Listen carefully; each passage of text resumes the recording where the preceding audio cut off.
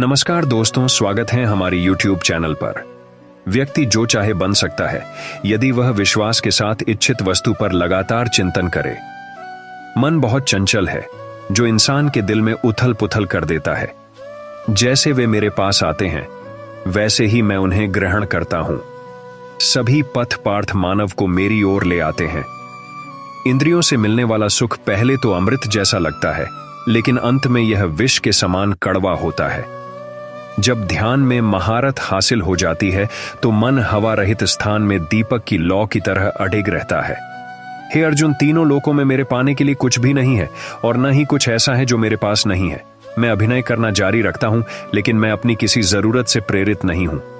कर्म मुझ पर इसलिए नहीं टिकते क्योंकि मैं उनके परिणामों से जुड़ा नहीं हूं। जो लोग इसे समझते हैं और इसका अभ्यास करते हैं वे स्वतंत्रता में रहते हैं। ज्ञान की भेंट किसी भी भौतिक भेंट से बेहतर है, क्योंकि सब कामों का लक्ष्य आत्मिक बुद्धि है। जैसे आग की गर्मी लकड़ी को राख कर देती है, वैसे ही ज्ञान की आग सभी कर्मों को भस्म कर देती है। अपना काम हमेशा दूसरों के कल्याण को ध्यान में रखकर करें।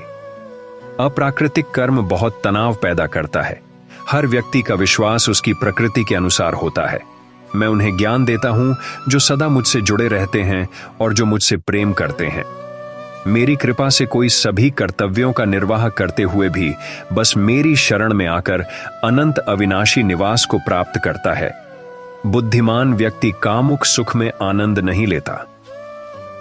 जो कार्य में निष्क्रियता और निष्क्रियता में कार्य देखता है वह एक बुद्धिमान व्यक्ति है। मैं धरती की मधुर सुगंध हूं, मैं अग्नि की ऊष्मा हूं, मैं ही सभी जीवित प्राणियों का जीवन भी, और मैं ही सन्यासियों का आत्म संयम हूं। तुम उसके लिए शोक करते हो जो शोक करने के योग्य नहीं है, और फिर भी ज्ञान की बातें करते हो। बुद्धिमान व्यक्ति न जीवित और न ही मृत व्यक्ति के लिए शोक करते हैं। बुद्धिमान व्यक्ति को समाज कल्याण के लिए बिना आसक्ति के काम करना चाहिए। कर्म मुझे बांधता नहीं, क्योंकि मुझे कर्म के प्रतिफल की कोई इच्छा नहीं। श्री कृष्ण का कहना है कि मनुष्य को हमेशा अपने मन में यह विचार लाना चाहिए कि ईश्वर के अलावा कोई और उसका इस संसार में सहारा नहीं है।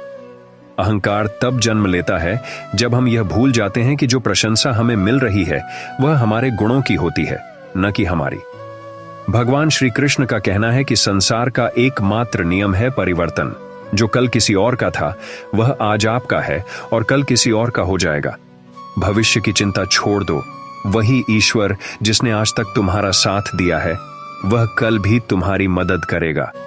आप वही बन जाते हैं जिस पर आपको विश्वास होता है कि आप बन सकते हैं। जो कुछ भी आपके साथ घटित हुआ है वह अच्छे के लिए हुआ है। जो हो रहा है वह भी अच्छे के लिए है, और जो आगे होगा वह भी आपके भले के लिए होगा। श्री कृष्ण कहते हैं कि बुरे कर्म अनायास हो जाते हैं, जबकि अच्छे कर्म स्वेच्छा से किए जाते हैं।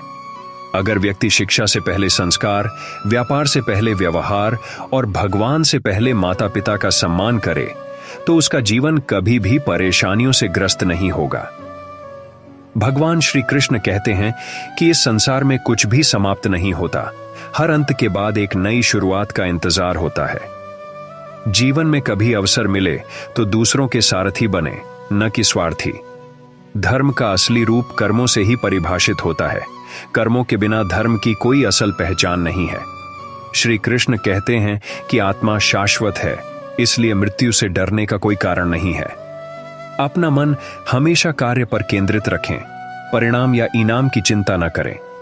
श्री कृष्ण कहते हैं कि मैं ही इस सृष्टि का निर्माण, पालन और संहार करता हूं। लोग सत्य को छुपाने की कोशिश करते हैं, लेकिन सत्य कभी भी दब नहीं सकता और न ही मिट सकता है। मौन सबसे अच्छा जवाब है जब सामने वाले व्यक्ति के लिए आपके शब्दों की कोई अहमियत ना हो। भगवान श्री कृष्ण कहते हैं कि जब भी इस संसार में अधर्म बढ़ेगा और धर्म कमजोर होगा तब मैं अवतार लूंगा और धर्म की पुनर्स्थापना करूंगा। मनुष्य की आस्था की असली परीक्षा तब होती है जब उसे उसकी इच्छाएं न मिले, फिर भी वह भगवान के प्रति आभार महसूस करे। जीवन और युद्ध में सफलता केवल 3 गुणों से मिलती है: धैर्य, धर्म और साहस। श्री कृष्ण कहते हैं कि जो व्यक्ति अपने मन पर नियंत्रण नहीं रखता उसका मन उसे नियंत्रित कर लेता है और वही उसका शत्रु बन जाता है। समय चाहे जैसा भी हो, मनुष्य को हमेशा अपने परिवार के साथ रहना चाहिए। परिवार के साथ सुख आए तो वह बढ़ता है और दुख आए तो वह बांट जाता है। श्री कृष्ण कहते हैं कि अच्छे लोगों का संग भगवान की कृपा से मिलता है, लेकिन बुरी संगति का चुनाव हम खुद करते हैं। मनुष्य को हमेशा अपनी वाणी पर संयम रखना चाहिए, क्योंकि एक बार वाणी से निकला शब्द कभी वापस नहीं आता। सुख और दुख का आना जाना जैसे सर्दी गर्मी का बदलाव है, इसलिए हमें इनसे प्रभावित नहीं होना चाहिए।